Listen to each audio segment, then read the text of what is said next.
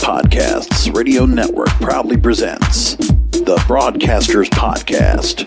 Here is the king of podcasts.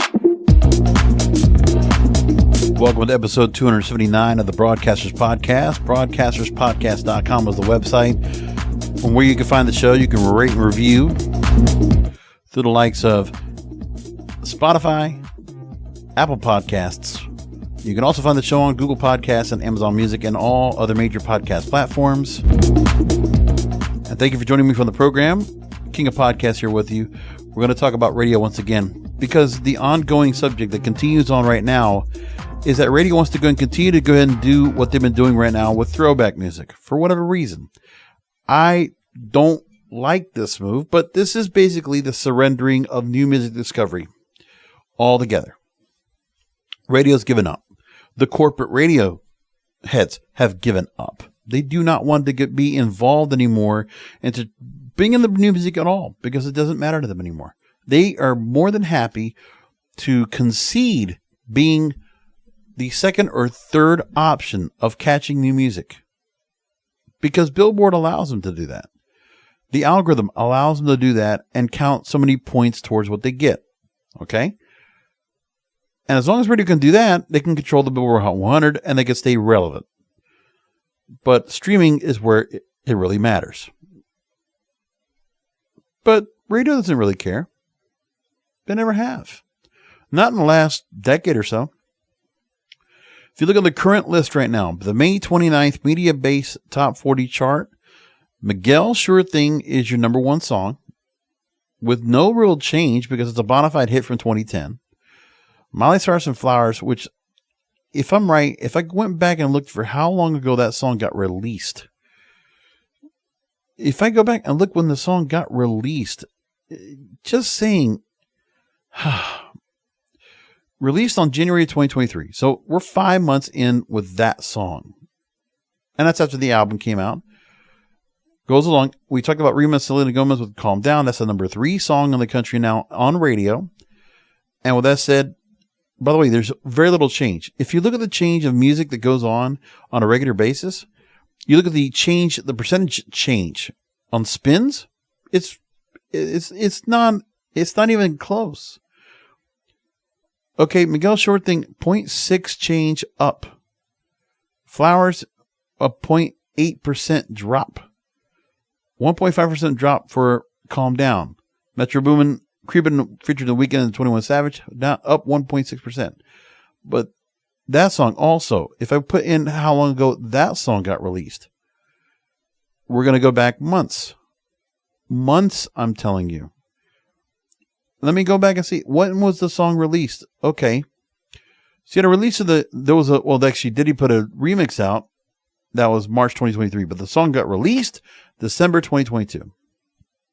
6 months. As I continue to say. SZA Kill Bill. Oh, don't get me wrong. It's nice to see this song make it all the way up like it did. But still, you're talking about a song that as well took a long time to get up here. The song got released January 2023. But the album has already been out for a while. So that continues to be the same thing over and over again. Post Malone Chemical is the more current song. But Post Malone gets a launch pad right up to the top of the charts. Weeknd is also a bona fide. Any song he puts up there has to go to the top of the charts. Rounding out the list, The Weeknd, Die For You, Ed Sheeran, Eyes Closed, Taylor Swift, Karma. When you have, and then Morgan Wallen Last Night is in the top 10. But it's the number one song right now on Billboard because of what it's set. You know, and even country is not without its own kind of rig as well when it comes to what becomes very popular on the charts on radio. And where there's not a whole lot of room for new music to be out there anyway. And it's going to be like that more and more now than ever. Because of the fact that radio stations are deciding, well, we're just going to give up. We're going to give up playing as much new music as we've done before because it doesn't matter anymore. We're just going to play more throwbacks. And as I said last week, Power 96, WPOW in Miami decided to go and make the move to say, okay, you know what? We're going to do that. We're going to go and play more throwbacks because it doesn't matter anymore. We're instead of doing the 20 odd spins per week. We're not going to do that anymore. We're going to do something different. Okay. So when they decided to do that, if you look at them now, their current setup is this. The current 7-day, and this is going now, this is last week, but still, top songs, Metro Boomin', creeping, and that's 70 spins at the highest end. And then if you look, the top, 10 songs get between 30 and 70 spins. So everything else is throwbacks. All of it. If I go back and look at the list here, there are a couple songs that get dropped in at the bottom of the list. But if I look at the list right now, if we look at just the top 20 and we drop down, okay, Ed Sheeran, Eyes Closed, 14 spins. If we go past that, Boys of Liars at 17 spins. If we keep looking farther down, so much less, okay? Because you only have one spin, if any, on the rest of the list of the top 50. That's all they got. They don't care anymore. And there's songs that might be dropped in here that might get a chance to be dropped in, but nobody's really caring. I see Rita Ora Praising You featuring Fatboy Slim. That song hasn't made it on charted at all, but still, they're throwing one song out there. Ceilings, Lizzie McAlpine. Voided, neglected. But let me put at the higher end, okay? Because we know other stations are doing the same thing. If I went for Z100 in New York, 70 spins. This is now the directive of the folks at like iHeartRadio and other places, 70 spins. Let's look at, let me try look at Wow 100, same thing. Actually, hold on, this is what I meant to do. Okay, here we go. If I look at Wow 100 in Miami, 100 spins. They're still playing songs at a newer kick. Top 5 songs get over 100 spins. That's it. But everything else is like what they're saying. But there's less and less stations that are doing that right now. Because some of these other stations that were contemporary hit radio, they decided, let's see if we can do 3 in the market. Well, it didn't work anymore. So they stopped. So now there's not much else left. It's the choice. What they feel like they need to go and do. Let me take another station that is doing the same kind of number over here as well. WBBM, right? These stations are underperforming. And by the way, it's the stations that were rhythmic, the ones that were actually the disruptors. They were the crossover stations, rhythmic crossover. Those stations are now throwbacks because they don't even want to compete anymore.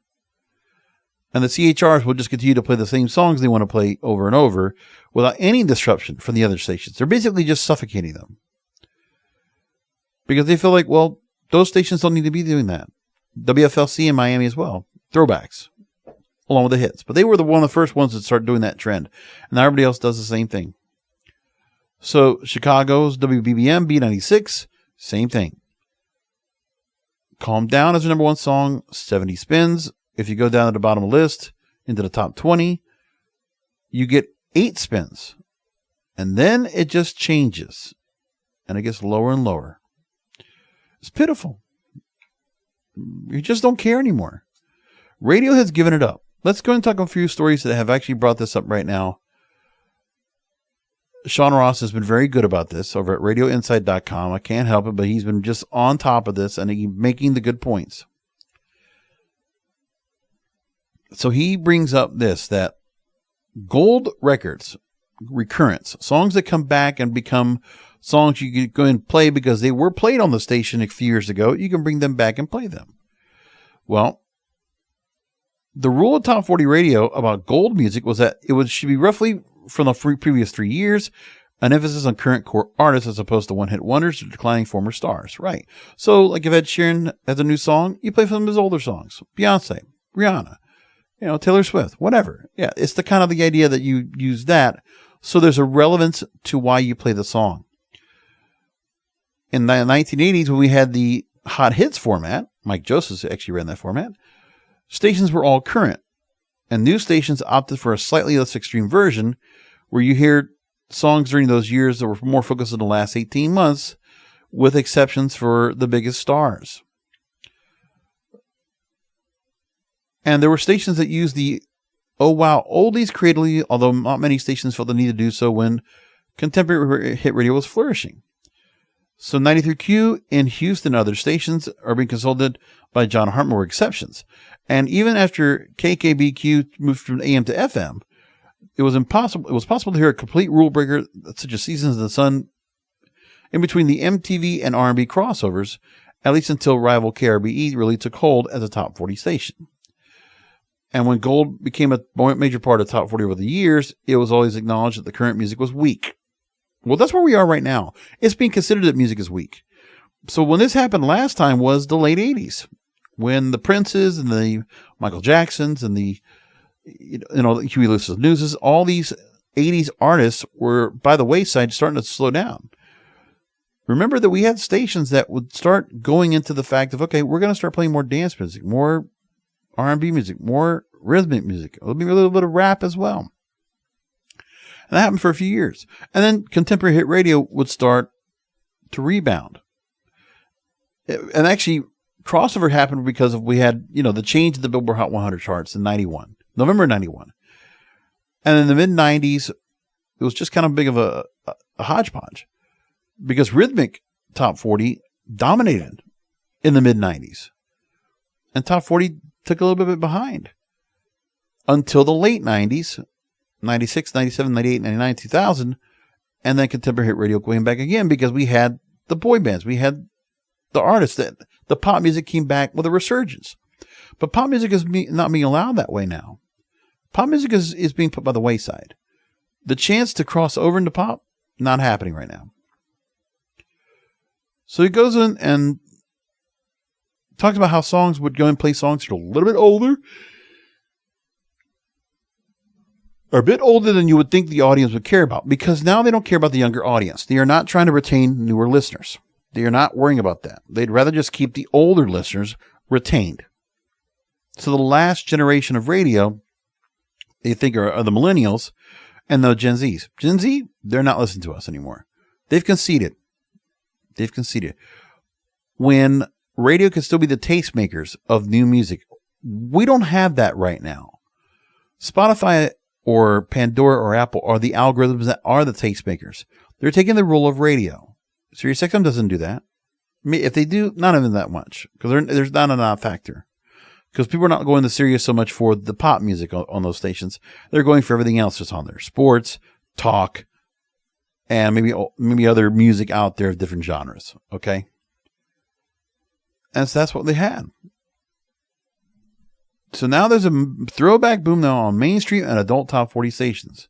And a glut of reworkings and interpolations of older songs. Right. Because right now in music, we're getting a lot of records that are just interpolated or just songs being reworked. They're not covers. They're just saying, let's just take the same sample, the same beats, and just do them again of something that was already sampled or redone already. Because that's where the interpolations are coming in. Remember, of certain artists that are using this right now, you're hearing it a lot. Because these companies that are the publishers are making money on these records. You think they're not making money off of Coy Leray and Players? They're not making money off of Caliant area codes? They're not making money off of, just take a pick. It's a lot like that. So Miami got a couple stations already doing that. WFLC hits 97.3 in Miami. 2 years ago, went to a Yesterday and Today CHR. Power 96 has done the same thing. And sister station WBBM B96 Chicago has also gone to a Yesterday and Today format. Now, by the way, two of those stations are Odyssey stations. And it's 97.3 is Cox owned, right? When used well, throwbacks provide the tempo and energy that have been largely missing in CHR in recent years. Right, because the idea is that the music doesn't have any rhythm. There's not anything that's upbeat and danceable because that's just not being done right now by pop music. It is, if you're doing it from a dance end, an EDM base, of which there's a number of artists that could be very pop friendly. Rita Ora. Becky Hill always hits songs in the UK and that are always pop friendly. You have Ray, who just put out Escapism, which was on the bottom of the Billboard Hot 100, but could be very well put. And remember last year, we actually had a little bit of a renaissance. We had Drake and Beyonce putting out dance music. We thought, oh, the summer's going to be good. And then he just abandoned it. Why? And there are plenty of dance songs that could be really well put into this, but CHR doesn't want to do that. They don't want to play European music. They refuse not to. And it used to be, how many decades do we have where we would have British artists, the British invasion, every time coming across, 60s, 80s, would come across, and they would basically take some of the room of what the other music was here, because America might have had a little bit of a lull in music, and that's what happened. And then some people, if the pop music wasn't there, and there wasn't that much being pushed out, or produced, or recorded, or written, then you'd have other music that would take the place, and would cross over a bit. Right now in Spanish music, reggaeton artists are taking a little bit of a break. There's not that much reggaeton music that's good out there, and a lot of the big artists are not putting out a lot of music at the moment. And they did probably last year or whatever. So right now, the room for regional Mexican to come in and make a play is happening because it's allowed. Because if you look at the Latin charts right now on the Billboard charts, it's a lot of regional Mexican. About a half the chart is regional Mexican. Normally is about a good third, but now you see more than ever. And I had the episode a few weeks ago, which did really well, about Peso Pluma, and thinking about all the artists that are working now with regional Mexican artists, right? When you look at Bad Bunny and Becky G and Maluma, among others, that are all being a part of this. But that's what we want to do. Because radio doesn't give anything for the younger listener to listen to. Not really. And I think it's because the generation of new listeners now, they already are accustomed and they've already programmed to the fact that if they want to hear music they want to hear, they're not used to going to the record store and buying it. Because now that we have streaming, record stores, their physical units are all done. So record labels don't care about radio anymore. They just don't. As we said plenty of times, the A&R people are not even supporting radio anymore. They're supporting streaming. They'd rather go market to them. That's it. And what are you going to do after that? No. So why does radio have even younger people that are younger than the records playing the songs? That's another thing we don't understand. Because the talent they get out there that they bring on for these stations, they're young and they come on here and they think that that's that whole idea of social media, we're going to get them to go viral and do things out there. It doesn't work either. So now you're having them play old music when you're even having some of the people that you've already let go, maybe go ahead and take a chance on it. And they don't want to do that either. Just give it up. They'd just rather not try.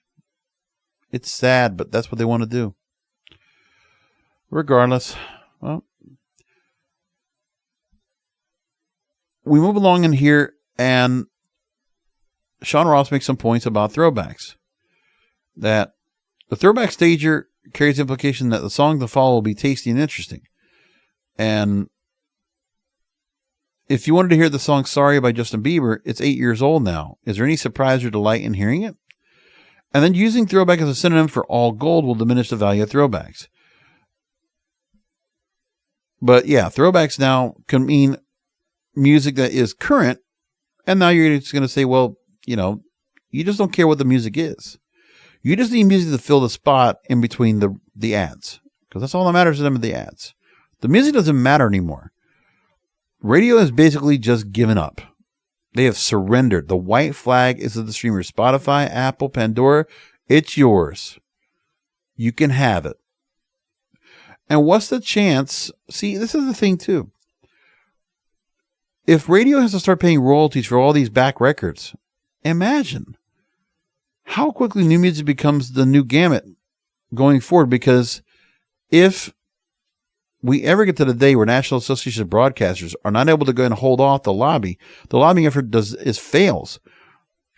And Congress is able to go and pass the act to get the record labels, the songwriters, the producers, the artists their proper royalties like streaming does, game over. Like I said, that will be a significant change for radio, because then are they going to go and play all those older artists?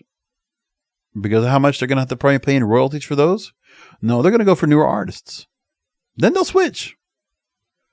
Or pony up and pay. But I'll tell you, man, if iHeartRadio or Odyssey or all these other companies, if they have to get that at one of these days, they're screwed, man. They're not going to be able to make it. They can't afford it. They're going to have to do something else. What are they going to do? Completely automate altogether and just get rid of all talent? Or change the music and start becoming a new music haven? Again, be tastemakers. If I had the option right now of running a contemporary hit radio station, God, it would be so easy to do. Like, programming the music should be easy. You should be able to go and market yourself better. But nobody does. And partly it's because of the fact that, well, there's a lot of companies that will not put the money out there. There's no budget out there for promotions or marketing and all. I still think it can be done. So, Sean Ross also talks about a law of diminishing returns. As contemporary radio relies on more throwbacks, they'll be less surprised and delight hearing a song like Toxic from Britney Spears. The second tier is going to be ruined faster than the GOAT songs, greatest of all time songs. Okay. And then you think about all these songs on the 2010s, 2020s that are just going to get, they're going to wear those songs down. Like, they're pretty fresh for some people. They don't want to have to go back to that. And they listen to them already on streaming. So you're just doing what streaming does. And the other part, by the way, okay, I did update my playlist, kingofpodcasts.com. If you want to look at the music playlist, I put one out there. It was called Music Radio's Last Stand. I finally decided to change the logo, the icon on it, and I changed the name of it. And I put it without the hard rock. It was used to be like, we used to have stations that were without the hard rock and rap, all the hits without the hard rock and rap. Well, mine, I put all the hits with the hard rock and rap. See, what's happening here is this. You could be playing alternative music. There might be some mainstream friendly alternative songs to play. There's plenty of that. That should be in pop music. Country, you could play a little bit of that into this. And there's a couple of, there might be some songs in the R&B realm that you could also cross over as well. But pop music doesn't want to do that. And the other thing that they think they can do, which, hell, cable and TV already figured this out. Do you realize they don't play a lot of movies? You know why? Because who wants to watch a movie anymore these days when you have streaming that is all censored and doesn't have all the language and the violence and the depictions, gory or graphic or whatever it is, when you can watch it fully uncensored with all the language on Netflix or Hulu or Paramount Plus or whatever. So who wants this? Who wants to hear radio watered down with all the songs censored, unless you have kids in the car? But you know what happens? You're going to do something where, okay, well, radio's radio friendly, but people on streaming do not need them anymore, right? And think about it like that.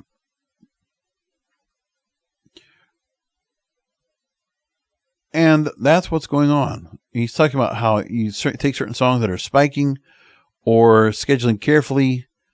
And he talks about how fostering the music is more important than ever. If we believe Top 40's future is becoming a younger version of Light FM, then we're saying that Top 40 has no future. The current reliance on throwbacks is not a permanent solution. We are still trying to look to find songs that are better than No Scrubs or Everybody, Backstreet's Back, or Umbrella. We're looking to have enough of them that are not destroyed by 6 months of power rotation. Thank you very much, Sean. I would have put that in the beginning of this article, but you made the point clear. It's new music discovery that matters, and that's what they need to figure out. Radio doesn't understand that. They're just kind of like lost in the mix of doing something else. That's what's horrible. And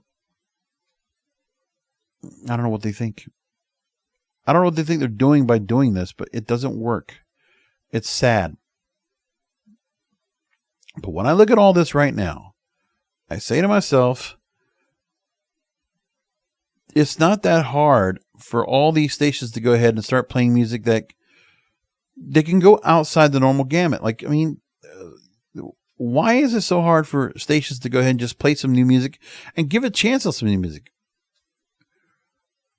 There are no other stations in each market that can compete with the bigger stations. Like, independent stations don't matter. Or the NPR related stations that it might be offering new music, they're out there. They're not playing anything that will be very necessarily mainstream friendly or that will get a large mass appeal. Normally doesn't. But there's enough songs out there that can be done. But they decide not to do that. They choose not to do that. And it's a shame because there are so many songs you could find right now that can be up there. I mean, at the moment, if you look at today's top hits on the Spotify list, okay? Just look what they have in their library at the moment. And you know, you could find more music out there that people could go and listen to and enjoy, but they don't want to try. I mean, let me look at real quick on my list here. If I had to look back at, okay.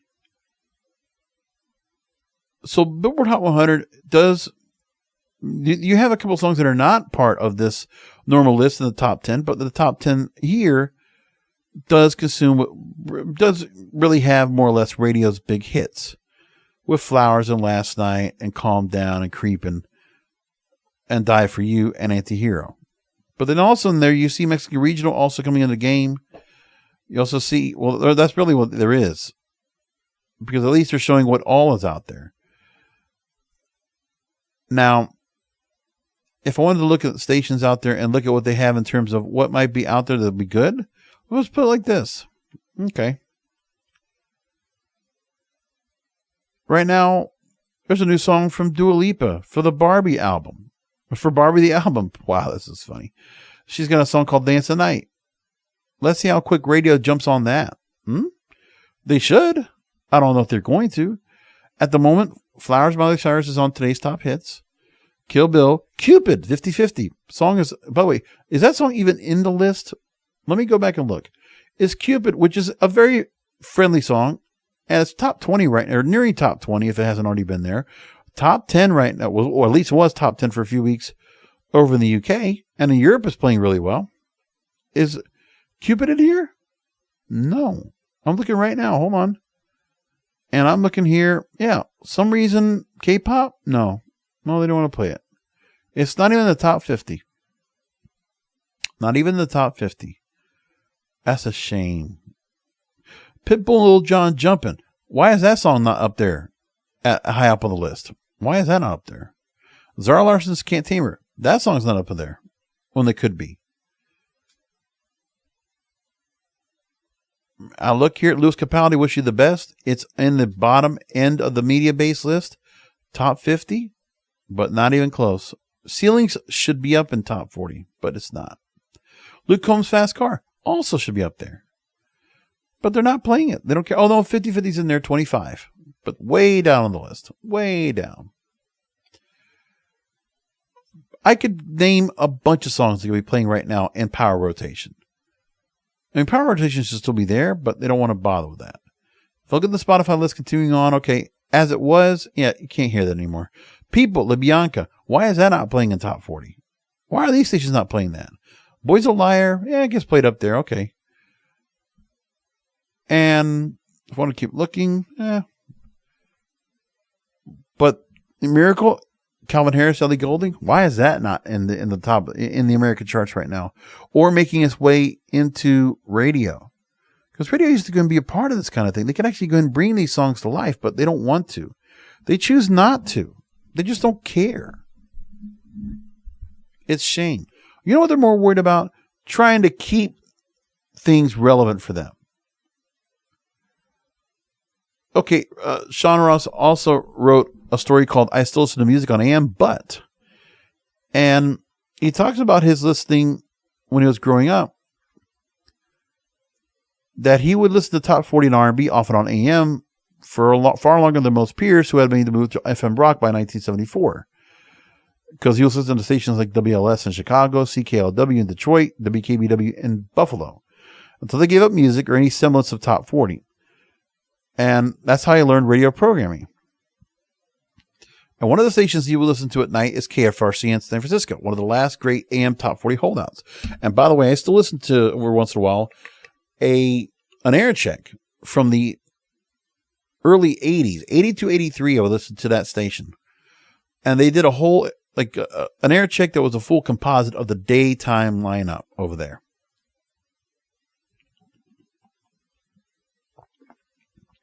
Dr. Don Rose, Dave Sholin, the Duke, Harry Nelson.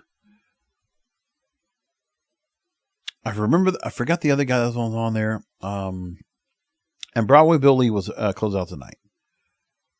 I can't remember the guy in the afternoons. It'll come to Mark McKay. That's right, Marvelous Mark McKay. And that station.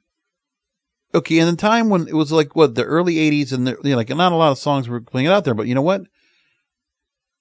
While you had, that easy listening yacht rock kind of music that was going on at that time, and country music getting a real push in mainstream, these guys were not afraid to go and play R&B music at all, or take a few years back on songs, but really put a good mix of music together, rock and soul, and just put it in there into a nice mix. And it was really great. So it goes into the stations and talks about this. He talks about AM radio's future. And that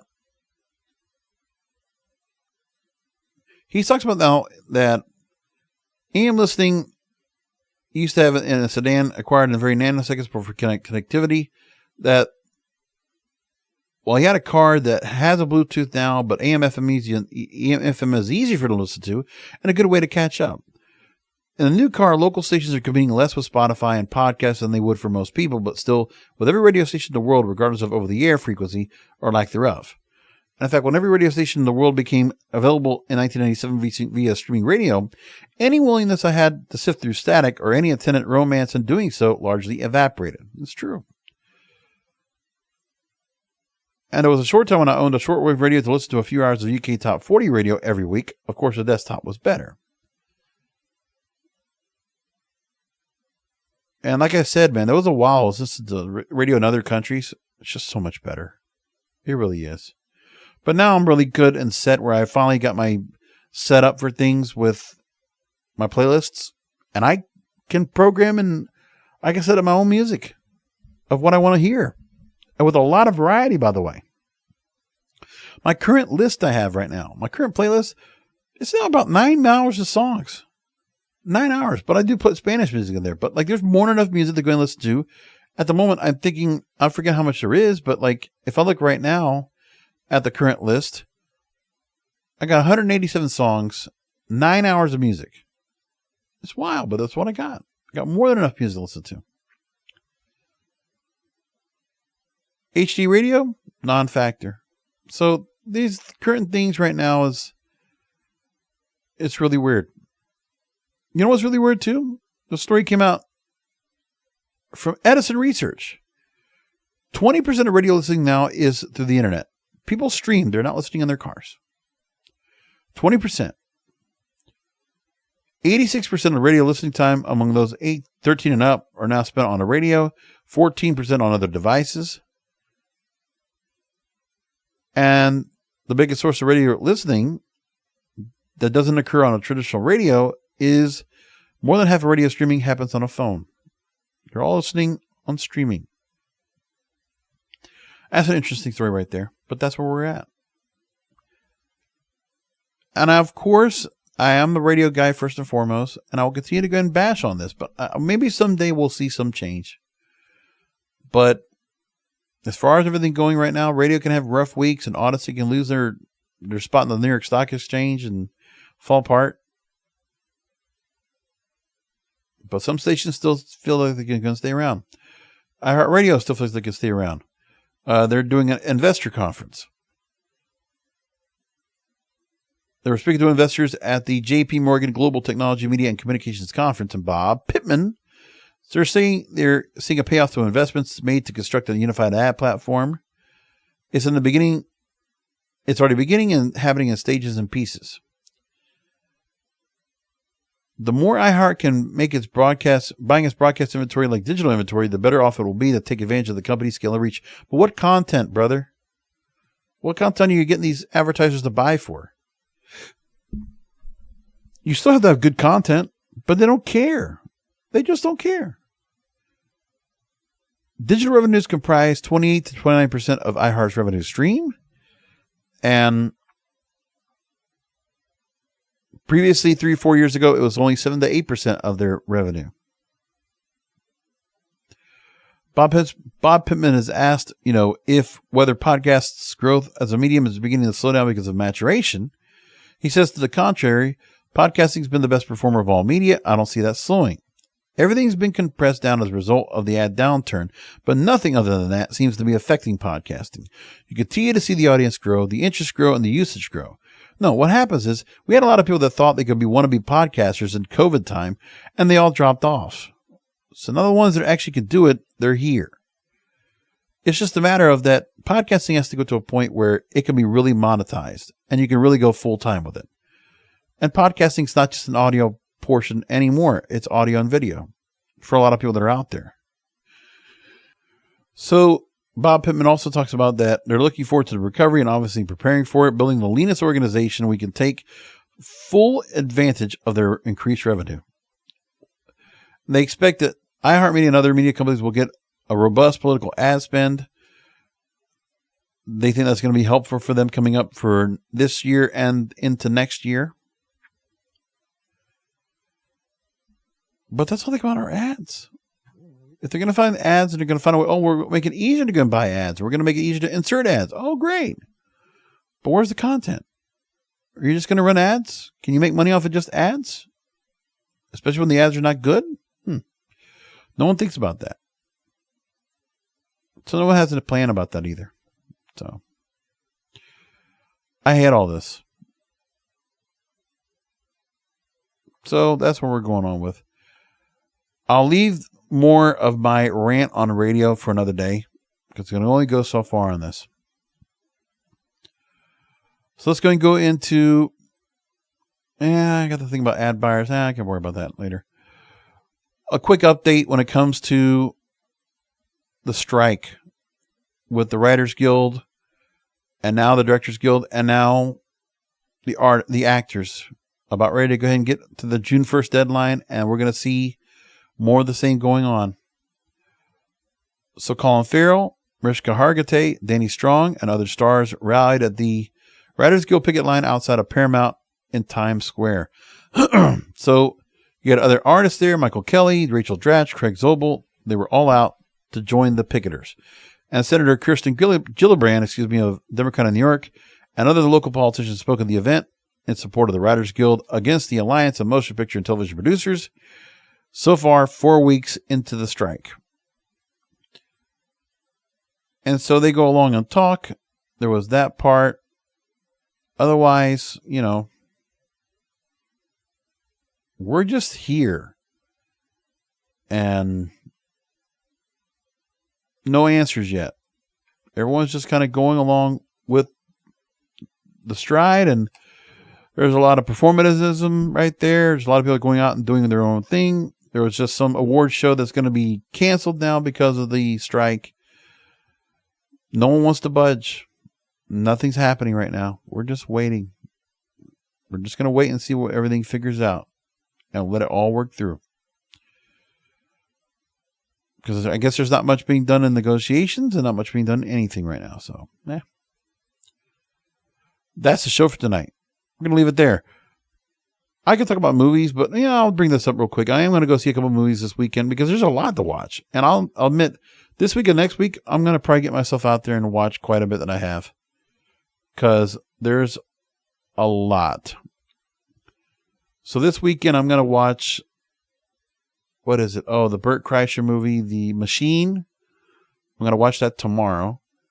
I'm going to watch Kandahar, which is the Gerard Butler vehicle movie about Afghanistan. I'm going to watch that on Saturday.